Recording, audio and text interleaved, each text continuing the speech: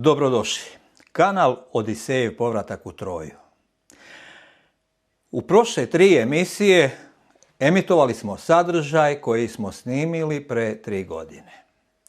Nakon našeg izdavanja knjige Zlatnoruna Apolonijeva argonautika, okrenuli smo se i istraživanju na samom terenu. Ono od čega smo krenuli, a to je ono što se tiče našeg terena i putanje argonauta. A evo, sad ćemo malo da se vratimo unazad, da uopšte krenemo od početne tačke putanje argonauta.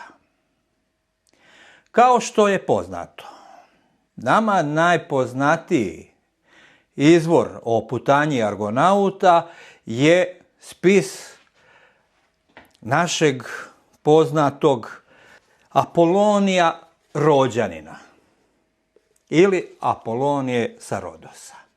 Apolonije je bio jedan od upravnika biblioteke, Aleksandrijske biblioteke, najveće, najznačajnije biblioteke njegovog vremena.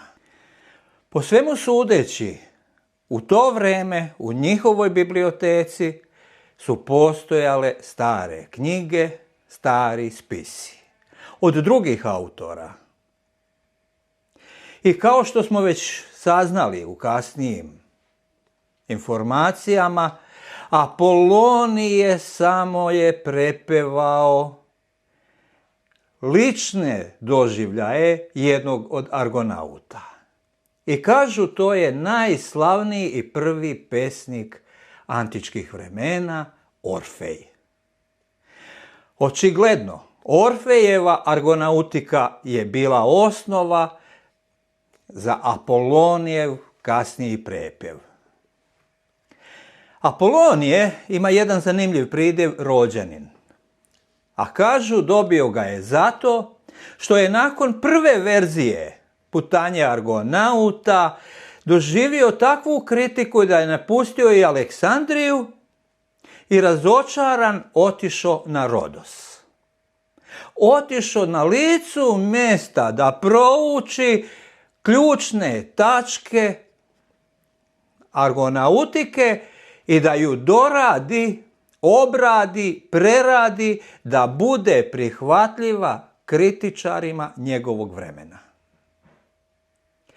I mi danas imamo pred nama posebno jednu dragu knjigu iz razloga što je ovo prevod našeg Branimira Džonija Štulića.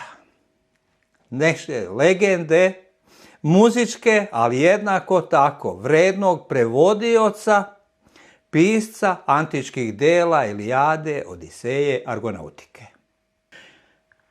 I sad ćemo malo da izanaliziramo tu putanju koja je opisana upravo znači u Apolonijevoj verziji argonautike, iako postoji i druge verzije. Mi ćemo da se držimo ove prve, najzanimljivije i najčešće uzete kao izvor za analizu putanje argonauta. Jason dobiva zadatak da ide u Kolhidu po zlatno runo. Skuplja družinu 50 najhrabrijih momaka, junaka svog vremena.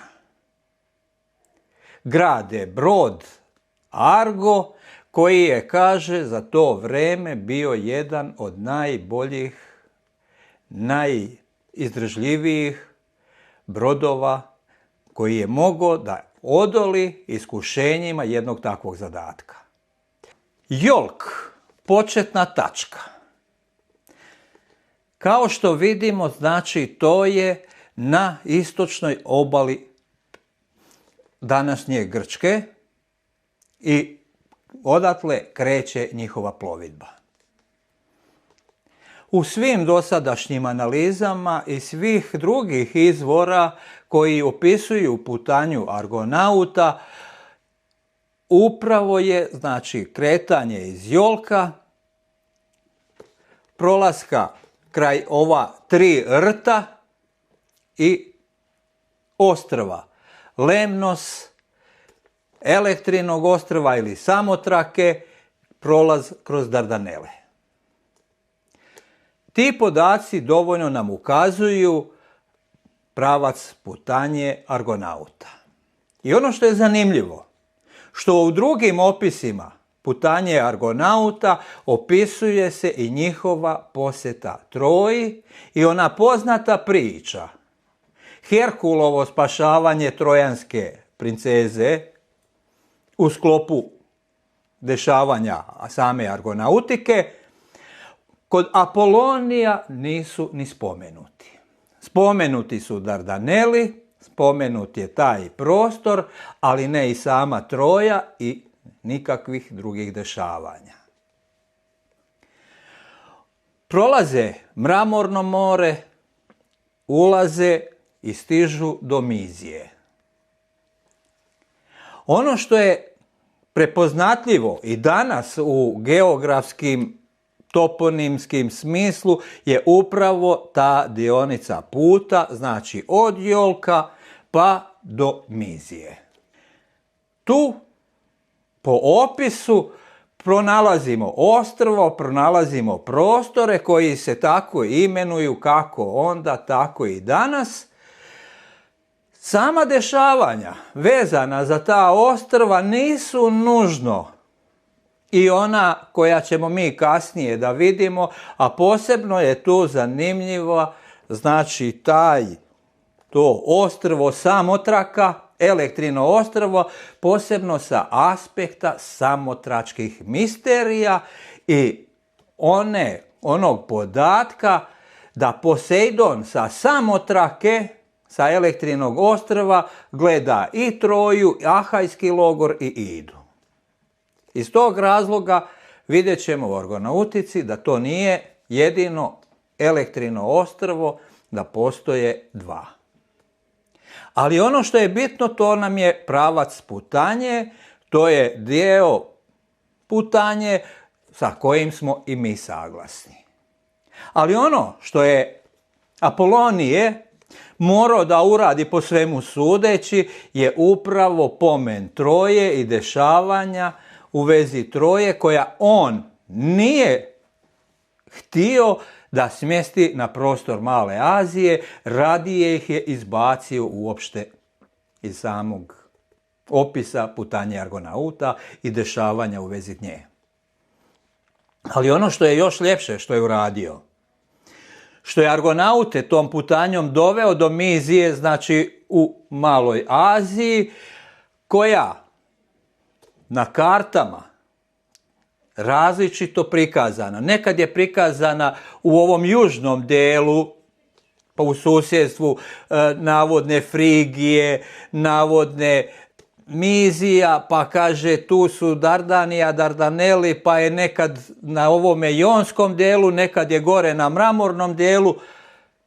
Apolonije je znači smjestio u ovaj gornji deo, a za razliku od nama poznate priče o Telefu i Telefovoj Miziji, gdje Ahajci na pohodu na Troju najprije stižu u Miziju, misleći da su već stigli u Troju, gdje ova Apolonijeva Mizija ne bi odgovarala tom takvom opisu. A ta Mizija morala bi se nalaziti van na prostoru Egejskog mora. I baš taj pomen Telefove Mizije na putanji Ahajaca do Troje i pomogla nam da prepoznamo i tu drugu Miziju. Miziju u Bugarskom Podunavlju, koja nam je bila svjetionik da upalimo lampice promjene ključnih tačaka putanja Argonauta. Iz Mizije u Maloj Aziji Apolonije ih automatski prebacuje u Miziju u Bugarskom Podunavlju, ali na putu do Kolhide. Što nam je jasno kazalo da i Kolhida na danas poznatoj lokaciji u Gruziji ne odgovara onoj pravoj na putanji Argonauta. Iz Mizije oni putuju prema Bosporu. Bospor danas, Bosfor u Turskoj. Spoj Mramornog i Crnog mora. I odgovaralo bi to potencijalnom onom opisu u Argonautici da tamo taj Bospor nije opisan kao klisura, klisurina strmih litica. I da na kraju tog, na posljednjoj krivini Bospora, postoji plegade, simplgade, sudrajuće stene.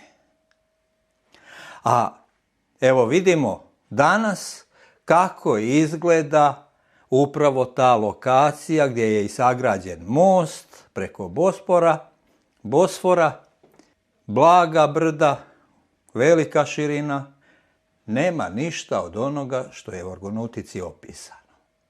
A opisano je tako da postoje strme litice između kojih postoje nekakvi elementi koji zatvaraju i otvaraju taj prostor, a iznad kojih kipi more.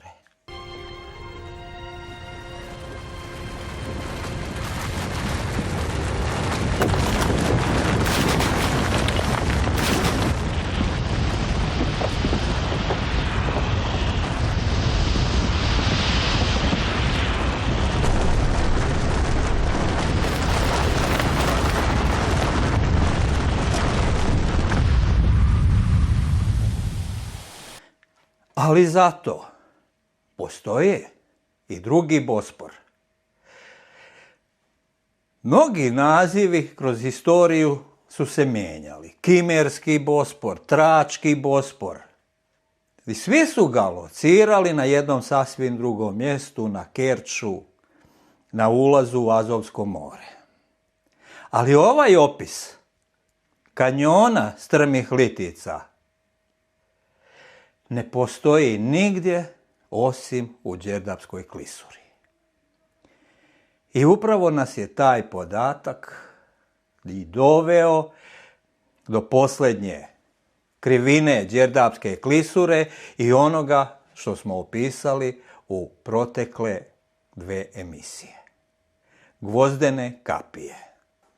I upravo tako, na flood mapi od 140 metara nadmorske visine dobivamo prikaz mora kakvo je postojalo u vrijeme plovidbe Argonauta, ili bolje rečeno koje je opisano upravo u plovidbi Argonauta.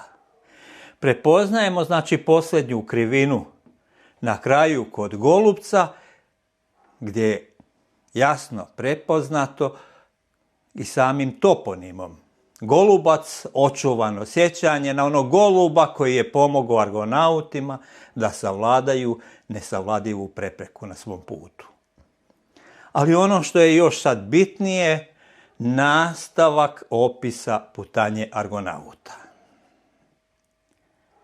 Kaže, plovite po sredini, držeći se bitinijske strane. U današnjem Crnom moru, kad se prođe Bospor, izlazi se u veliki prostor, otvoren prostor, gdje se obale jako brzo udaljavaju. Plovidba sredinom mora ne bi pratila ni jednu ni drugu obalu i jako brzo bi se izgubile iz vidokruga. Ali u našem opisu i u našem prostoru sve je savršeno na svom mjestu.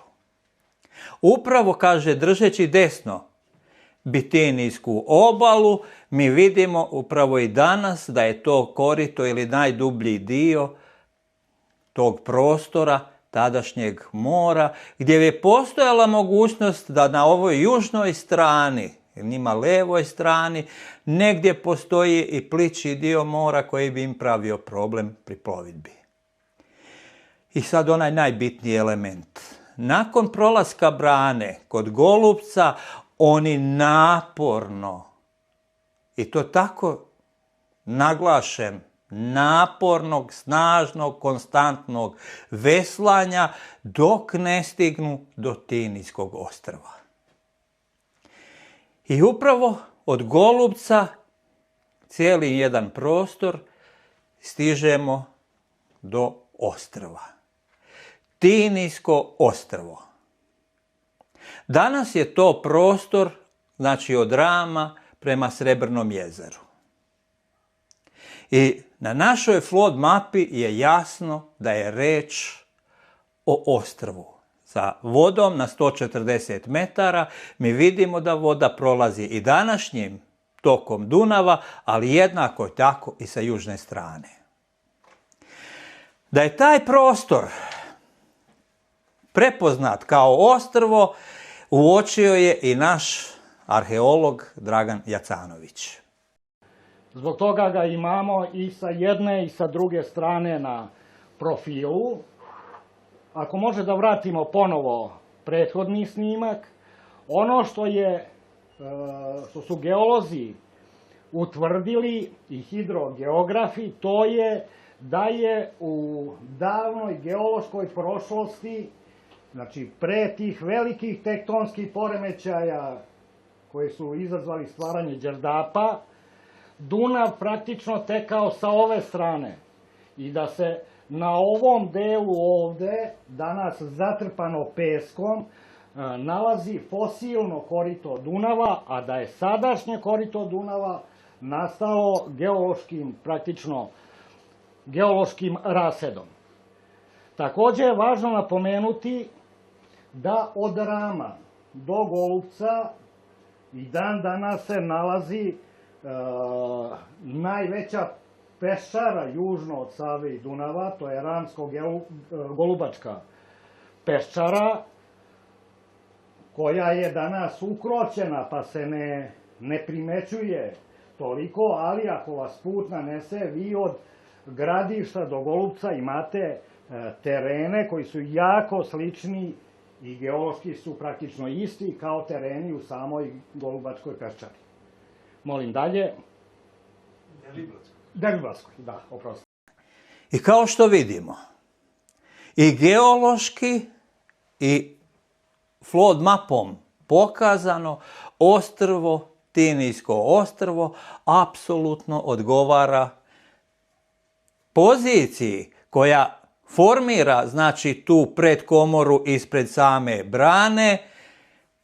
Kad se stigne do nje, već se stiže do otvorenog mora, gdje nema toliki utjecaj otvaranje i zatvaranje brane u mijenjanju visine mora, njegovog nagiba i bezbednosti plovidbe. I evo, upravo u našoj knjizi obrađen upravo sadržaj iz Apolonije orgonautike. Plegada, pregrada, brana. Nakon brane otvoreno more. Kaže, držite se sredinom, ali držite se Bitinijske obale, a onda opisuje na suprotnoj strani šta im je vidljivo u prolasku. Pa kaže vrh Kolona i vodeni tok Reb.